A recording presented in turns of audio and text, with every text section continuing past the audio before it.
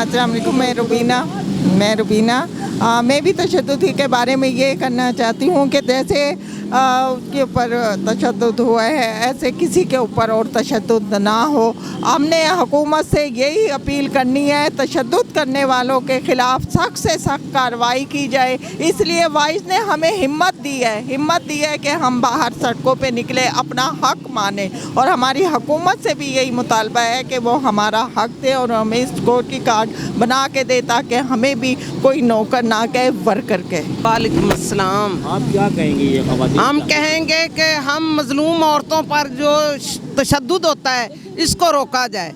हम घर से निकलती हैं मेहनत के लिए और आगे हमें किसी जुल्म सितम का सामना करना पड़े, खुदारा ये ना हो। हमारी बच्चियाँ हैं वो भी महफूज रहें, हमारे इज़्ज़त नफ्स महफूज रहें। हमारा हुकूमत से यही मुतालबा है कि हमें वर्कर की नज़र से देखा जाए, हमें नौकर कोई ना कहे।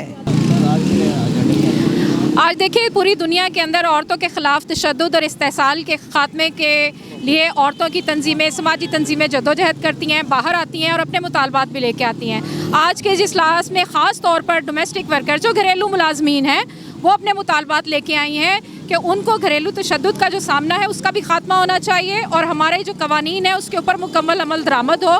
दूसरी तरफ ये भी मुतालबा है कि जहाँ हम काम करते हैं वहाँ पे, क्योंकि पंजाब के अंदर जो उजरत का कानून है उसके मुताबिक 32,000 रुपये माहाना उजरत तय कर दी गई है। तो हमारा और डोमेस्टिक वर्कर्स यूनियन का और डोमेस्टिक वर्कर्स का ये भी मुतालबा है कि उनके वर्क प्लेसेस पे भी उनको सेक्शुअल हरासमेंट से पाक इन्वायरमेंट मिलना चाहिए और इस हवाले से जो मिनिमम वेज है उसका इतलाक़ भी फौरी तौर पर नाफिजुल अमल होना चाहिए और इस हवाले से हुकूमत जो है वो तशहीरी मुहिम चलाए जिससे कि औरतों के ख़िलाफ़ जिनसी तशद्दुद, मुआशी तशद्दुद का ख़ात्मा मुमकिन हो सके।